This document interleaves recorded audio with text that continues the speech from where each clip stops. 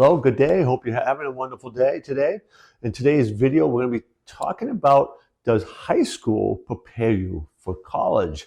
A little different angle than a question we just did a couple episodes ago, but we'll be exploring that topic in this video.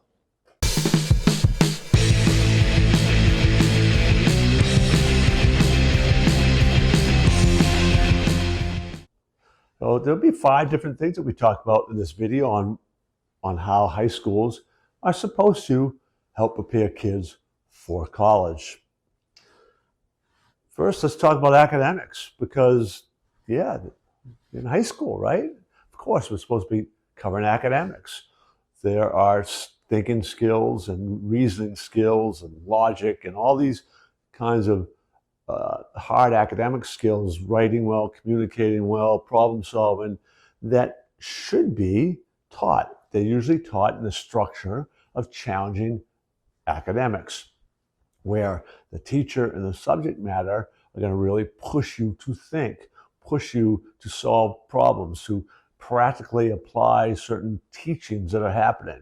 So whether it's the sciences or the social sciences or the literature area, mathematics, whatever, those skills of reasoning and communicating your thinking go hand in hand. That is really primarily what most of us think is high school's job.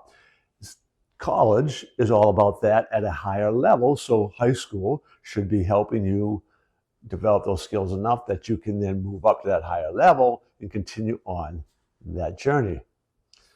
Second, well, it's the soft skills that get developed, and high schools and even colleges will use other things like extracurricular activities to help develop those skill sets. If you are involved in athletics, music, band, art, clubs, outside of school related clubs and organizations, whether it's scouting, 4-H, Toastmasters, volunteering, anything of those sorts of things, as you get involved in that, many of them are asking students to begin to take organizational leadership and planning kind of roles. And you work with other people to do projects or to run the clubs and the organizations and whatever it is those organizations are about. You are involved intricately in making those things happen as a member of the organization. Those are those kind of soft skills that extracurricular activities should do.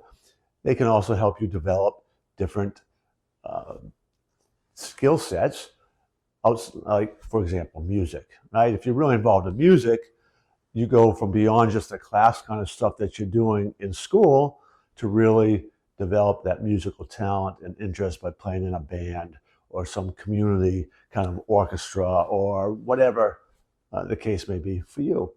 In athletics, it's, you're developing that skill set. So all of those things help round out the person or something high school should be doing.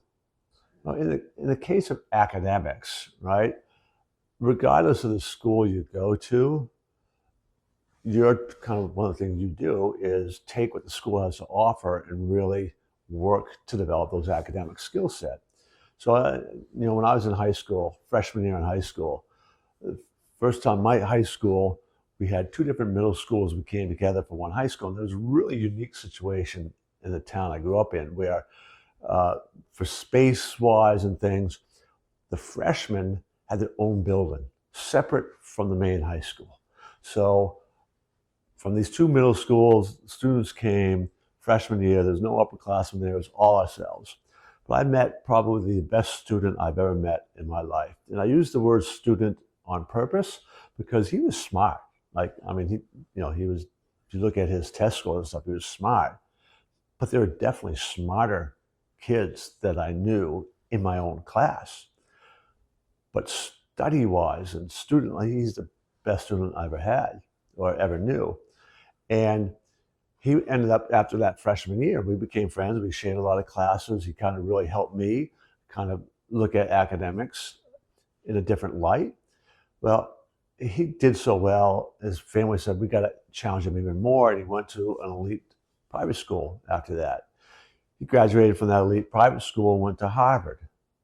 And then he went to Harvard Law. He was an outstanding student, and the schools he went to kept pushing him, challenging him, developing those skill sets. The second student I want to mention was actually a friend of my son's, and he was a very good student. He was involved in everything. Sports was a big thing, right? He was a star football player.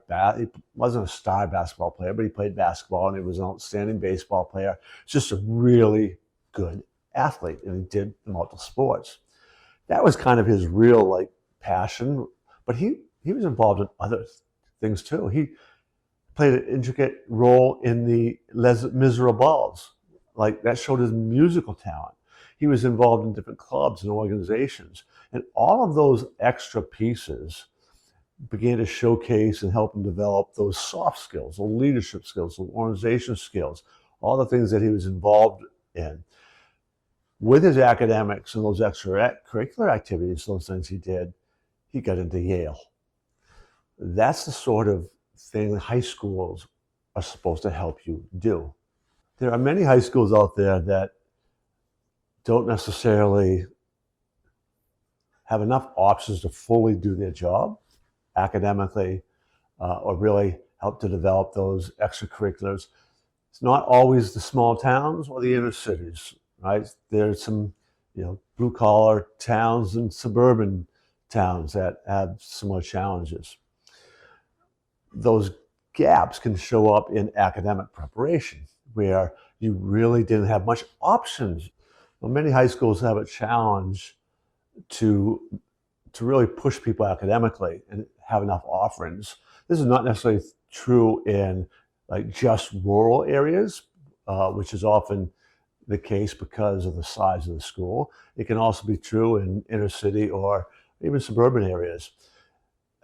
I'll give you an example of my own high school. 3 of us, we didn't have many options academically. So high school for me came pretty easy. For one of my classmates, it was reasonably easy. He was an honor roll student. The other one, he had to work for it. Right? He had to work for it. He could be an honor roll student, but school didn't come easy for him. All 3 of us went to university. I went to one in the southern part of the state. The other 2 went to the flagship area. And those other 2, neither one of them made it through the first year. They were not prepared academically, and even to a certain extent, emotionally, socially, for the change going from high school to college. I also struggled that fall semester, and high school would come really easy for me. I did very well academically, but I wasn't prepared academically for the rigors of college life. That's where our high school fell short. Now, our high school had begun some options with a local college to help kind of bridge these gaps, but that wasn't something that was really common. So while I could have taken advantage of that, very few kids did. It wasn't really pushed. I mean, this is a connection between the local college, which is a really high quality college with a 7% acceptance rate. And some of my classmates did take some classes there their senior year in high school. And all of those kids who did went to very good colleges. That programming, though, began to expand. And you began to see, after I was out of high school, you began to see more and more high schools doing that with some of the colleges throughout the state, making those connections with colleges to expand offerings, help kids prepare academically for going to college to get a taste of what it was really like. That's something high schools are beginning to do and can do to help, expand their programming. So families need to kind of understand what their school's offering. Yes, they can be a squeaky wheel and really try to work with the school to expand offerings. Sometimes that, there's a lag time between you and what maybe your oldest child can get and maybe your youngest, because of that, that takes some time to implementation. But you can, by being that squeaky wheel, potentially work with your school to allow some homeschool credit. So there's some things that you say, listen, you don't have calculus in this high school, or you don't have, advanced physics class, what have you. We want to take an online course through Duke University. Will you accept that? Work with the schools. Very often they will. You become proactive. You look for those other ways that you can challenge your child through some sort of homeschool or going to that local university, even if there isn't a formalized program at your school. Even if you maybe have to drive, do it online. Online has become a really viable option. But those are things that, as a family, you can begin to do. You've got to be proactive, look at what your high school offers, try to figure out how you can supplement or add to that. That also goes for extracurricular activities, right? What are your kids involved in? So a business colleague I have who got her children, they homeschooled, so really challenged them, but she also became an expert on finding scholarships for the kids, and they went to really good colleges, and actually even had their colleges paid for, because she was proactive in all of that and getting them prepared, both academically, emotionally, socially, and financially. So that's something that any parent can do. You just got to get involved and be proactive. And here we are at the end of another video, and I try to cram a whole lot of important information in these videos. I hope you take something of value out of this.